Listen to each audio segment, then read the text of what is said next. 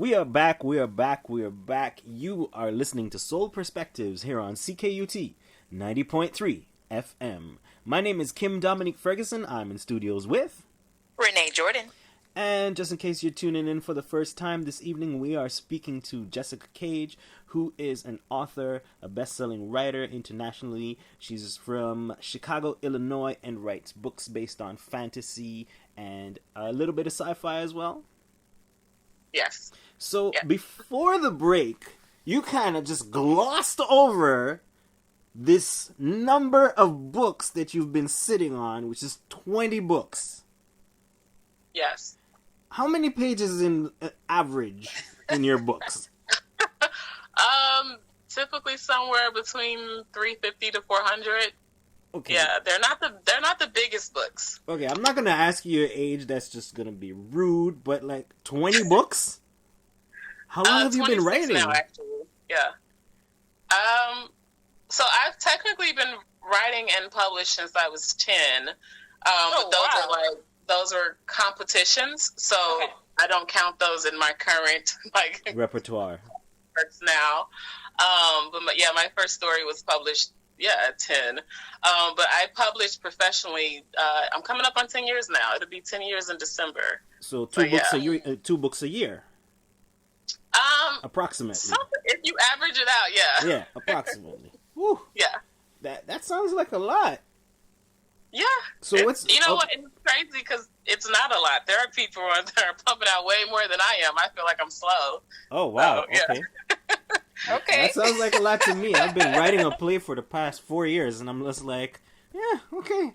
I'm like, I'm starting to feel good about it. Do you set a goal? Do you set a goal for like the year or a monthly goal, or do you kind of just let it happen organically? So I typically publish 2 to 3 a year. That's just what my readers are accustomed to. That's my natural pace. I don't try to push myself. I do like anthologies and submission type stuff, so I don't, of course, count those in my number.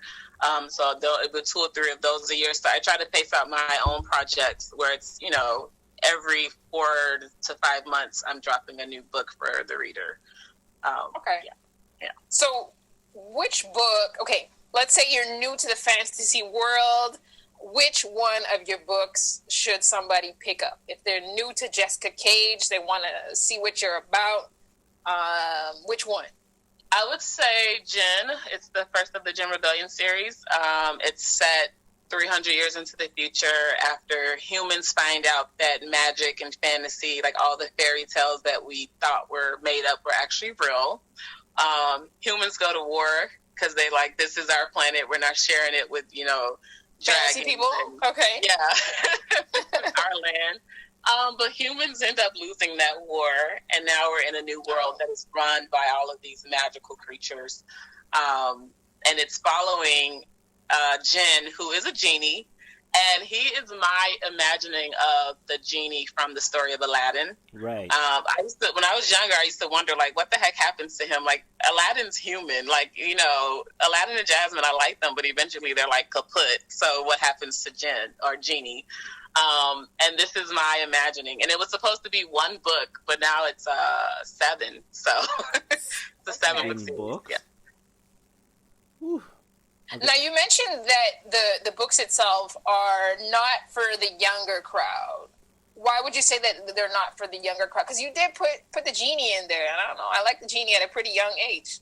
Well, the characters themselves, like the vampires and it's the material. It's what's happening in the stories that make it inappropriate. Okay.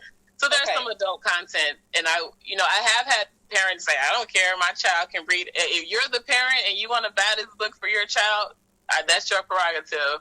But is the content is it the violence, or is it more like a sexual content? What type of content? Sexual, yeah. Okay. So some of my books are cleaner. They have heavy kissing or something like that. But then there are other books that, I have a series that is about a siren. If you know anything about siren, it's basically a mermaid. She's calling people to the sea, and she feeds from their sexual energy. So there's a little bit more of that happening in that series. So I don't market my books to kids. I don't want them to transition. She calls them out to sea, and what happens? And PG-wise. Yeah, she feeds from their energy in an adult way, if I can say that. Okay. Yeah. All right. Is there research that you have to do in order to prepare, say for example, Jin? Did you do research in order to like prepare the characters when it comes to, because those are Jin, the genie is a kind of quote unquote mythical figure that has existed for years and years and years, and you know, like I don't know, is it that you just imagine what it is and you write it, or do you have a research process that goes along with it? Same with sirens and vampires and other characters as well. Yeah, so there's always a bit of research, right? Because your readers know these characters or these supernatural beings to some extent. So you don't want to come in and completely kind of slap them in the face with this new and unproven theory, because you have to think that some readers, even I, am so invested in some of the lore that it's like, especially with like Greek mythology, any of those mythos that you have people actually like studying in school at this point, right? You can't just come in and say, I want to do it this way, and this is how I'm going to write it. So like with the Siren story, a lot of the history of her story is embedded. It comes from Greek mythology. So I had to research the history and timelines and all that to make sure that even though it's such a small piece of my book, it's not like it's, you know, I'm talking about it throughout the series. It's such a small piece, but it has to be done correctly. It has to make sense for the reader who knows mythology, or the reader who is invested in maybe a character that I'll mention in the book. It needs to make sense. So I can't just pick and choose what I want. Some authors may do that, but I feel like there's a certain level of respect that has to be given to the work that's already been done, you know what I mean, and to the structure that there is. I love creating my own creatures, so if I create a creature, I'm doing whatever I want with it. But if I'm using something that I know has existed like way outside of my work, I'm going to make sure that I do the research and represent it the right way. So you draw a little bit from mythology, you draw a little bit from the characters that you see on the train and that you see outside. Is there ever a book where you put yourself in there? So I used to say no to that question, but now I'm like, I there's a piece of me in every single one of my books. Like as I read them now, I'm like, oh wow. You're discovering it as you read your own book? Yes, and I've had my friends, so one of my friends, like my best friend, she has read everything that I wrote, and for a long time I didn't know, because I'm like, y'all don't need to read my stuff, like, thanks for the support, but like, mind your business. But she's like an actual fan of my work, and now she's like calling me out, like, girl, this is so you, oh, this is so me. So it's our relationship I have used as a base for a lot of the friendships, you know what I mean, because she's such a great friend. So there are pieces of, like, there's pieces of my grandmother in some of the lessons that the characters learn. There's pieces of my mother in, like, the sassiness of some of the characters. So I'm pulling from my life, and I never realized it, but, you know, they say, like, you know, any great writer or great artist, whatever your medium is, you're putting some of yourself in there. You're taking a piece of yourself with everything you create. So I used to be like, no, this ain't got nothing to do with me. These are vampires. But now I'm like, yeah, it's a little bit of me. It's a little bit of me in there. And what would you say is your favorite of all your books? Which one do you love the most? Oh no! That's like asking somebody who's your favorite. Which one of your children is your favorite child?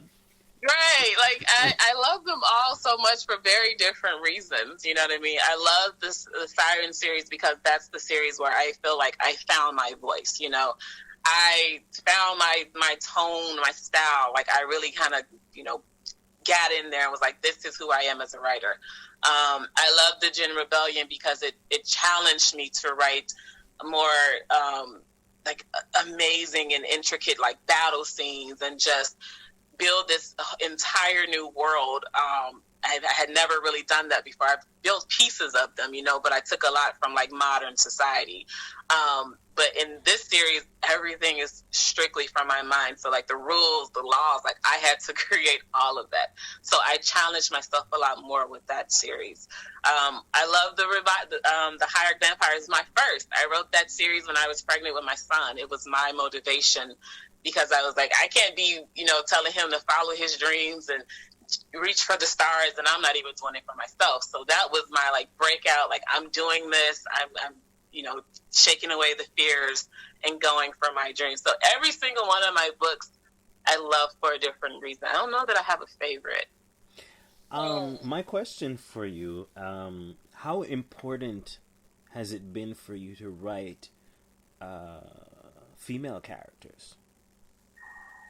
Oh, so that question. Okay, so my very first book that I wrote for my younger cousins who were, at the time, we were all like in love with Twilight, right? Oh boy. And I love it. I'm a Twilight, oh my God, Team Edward all day.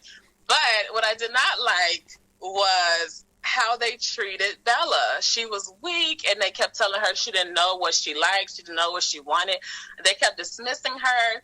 She needed someone to save her every other page. I was like, we cannot do this. So I wanted to represent women in a real way. So the series, The Hired Vampires, there's 5 women, and they're all at a different point of their personal growth, right? And the way I used to introduce this book, I say, we all want to be superwoman, but we have to understand that we don't wake up superwoman, right? We have to grow, we have to build, we have to fight for that superwoman. I was raised by a single mother. I grew up in a house with my grandmother. They were strong women. Yes, men were around them, but they weren't asking for help from there every 5 minutes. You know what I mean? Like if they had a problem, they had a solution. They figured it out. So I wanted to portray characters, women who were figuring it out, like doing it the way I do it every single day. My mother does it. So I wanted to represent, women in a way of strength that didn't make us seem hard. Like they're still, going through things. They're still emotional creatures, but they are strong and they are figuring it out. And the men are there, but they're like accessories almost. Like, you got it, girl. Power, you know what I mean, in the background. Because that's how I feel like women, we are doing it. We're out here, we're taking charge, and that's how we need to be portrayed in the media. And so, conversely, Jin is a male character. Yes. And like, how do you tackle writing male characters? I bug my brothers a lot.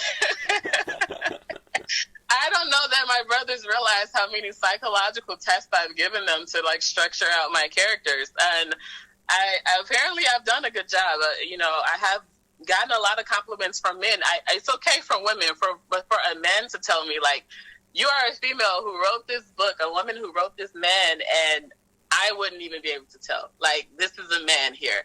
And just as much as I do research on, the fantasy and the lore and the mythology, I had to research, like, how would a man, like, I would watch my brothers, like, how did he respond to her dress? Or how did he do this? And I would read other books that were by women from the male perspective. And I'd be like, well, girl, he is not going to notice the sparkles on her. This is a manly man, that you're writing. And then he's like, ooh, the tassels on her dress was sparkly and match her shoes, the silhouette so perfectly. And I'm like, would this manly man really know that? Would he really know the name of the silhouette of her dress? You know what I mean? Like, is that something that's going through? And I would bounce that off my brother. He was like, nah, I would never see that. You know what I mean? Like, I would be like, oh, that dress is nice, but I'm not going to be naming the cut and the style and all that.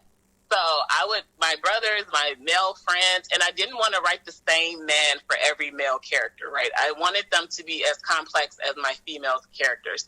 So I would study different guys, like the men on the trains or the guys that I work with. I would be asking them questions if I could. Like, can I ask you a couple questions? It may seem weird, but if they would answer, then I would have more, to go off of to draw from these characters.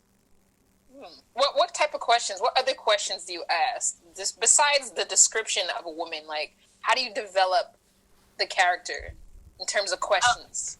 So I base my questions purely on reactions to like circumstance, right? I didn't want to ask them about like, how would you wear your hair or whatever, right? It was just like the smallest detail, like if you came into a room and it's overcrowded, where are you gonna sit? Stuff like that, right? Like, how do you, like my uncle would always say, I'll never sit with my back to the door. So that was something that I'm like, I have to put this in. Or to the window. Right. Like, he's like, I have to see both exits, windows, everything. And I noticed that, and then I started paying attention, like, there are a lot of guys who do that. Like, I never paid attention to it before, but I see that, you know what I mean? It was those little things that I wanted to pick up on, because I feel like when you're writing a character, like, I can give him whatever dialogue I want. I can make him look however I want. But it's those little intricate things that make them feel more human and more relatable. It's the things you don't think about. And that's what I wanted to put in these characters. Interesting. Just in case you're tuning in for the first time, we are talking to Jessica Cage, an author based in Chicago, Illinois, who does write more adult fantasy fiction. So we're going to come back because we got to take a quick break. We're going to play some music for y'all. Keep it locked. You are listening to Soul Perspectives here on CKUT 90.3 90.3 FM.